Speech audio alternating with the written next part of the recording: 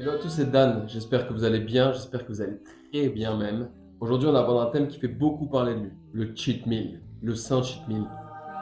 Je sais que cette vidéo, elle va pas vous faire plaisir, mais c'est vraiment super important d'en parler. Alors dans cette vidéo, on va aborder 3 thèmes.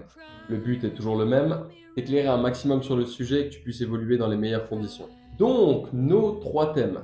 C'est quoi un cheat meal? Pourquoi ça dessert ton objectif? Et comment le faire mais sans tout casser? Premier thème, let's go. C'est quoi un cheat meal? Un cheat meal, en traduction littérale, c'est un repas de triche. En gros, l'idée d'un cheat meal ou d'un repas de triche, c'est que pendant un repas et une seule fois par semaine, tu manges ce que tu veux dans la quantité que tu veux. Sur le papier, ça a l'air incroyable. Donc dans l'idée, tu fais attention toute la semaine, tu as bien mangé, tu as fait ton sport, tu as bien dormi, tout est parfait. Ce qui te permet pendant un repas, on va se le dire, de manger de la merde et de ne pas te soucier des quantités. Parce que dans le fond, quand on y pense, c'est logique. Tu fais attention toute la semaine, donc forcément, tu as le droit de te relâcher et de te faire plaisir une seule fois dans la semaine. Alors laisse-moi t'expliquer pourquoi soit tu stagnes, soit tu te sens pas bien avec ton alimentation actuelle. Ou même les deux. Très souvent les deux d'ailleurs. On attaque donc avec le thème numéro 2. Pourquoi ça dessert ton objectif? On va se faire un petit chemin de pensée ensemble. Pense à ton alimentation sur la semaine. Combien de calories tu manges par jour? Combien de macronutriments, si tu le sais bien sûr? Et est-ce que tes aliments sont bruts ou d'assez bonne qualité? Normalement, quand tu as fini de penser à tout ça, tu commences à voir où je veux en venir. Est-ce qu'avec tout ce que tu mets en place sur la semaine, tu as l'impression que c'est cohérent d'exploser ton total calorique habituel sur la journée en un seul repas? Et en plus avec de la malbouffe? La réponse, c'est non, je te la donne. Alors je dis pas que tu dois pas te faire plaisir et que tu dois pas manger un petit fast-food de temps en temps. Mais ça, on y reviendra dans le troisième thème juste après. Dans un premier temps, si ce qu'on a évoqué tout à l'heure, ça te parle pas, j'ai un exemple plus concret et mathématique pour toi. Prenons l'exemple basique d'une personne qui mange 2000 calories par jour. Maintenant, tu vas calculer combien de calories tu manges à la semaine.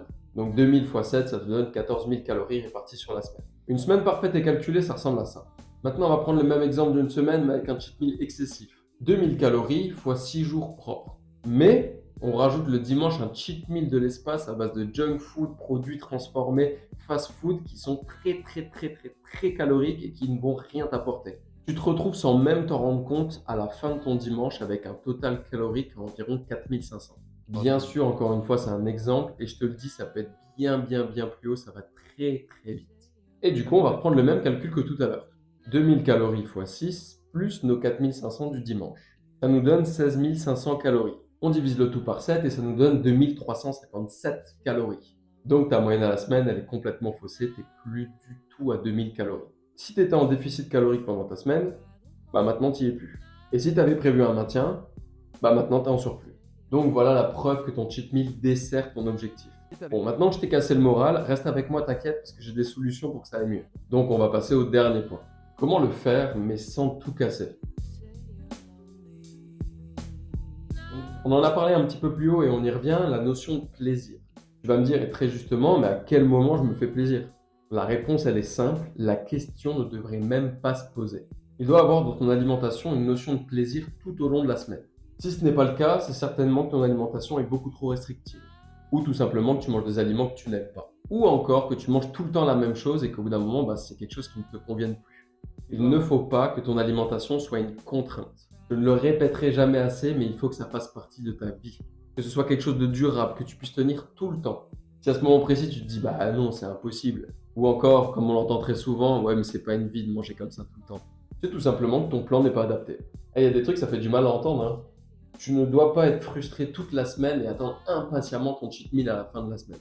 À présent, tu as le droit de te demander. Et du coup, si j'aime les fast-foods, ça veut dire que je dois plus jamais en manger?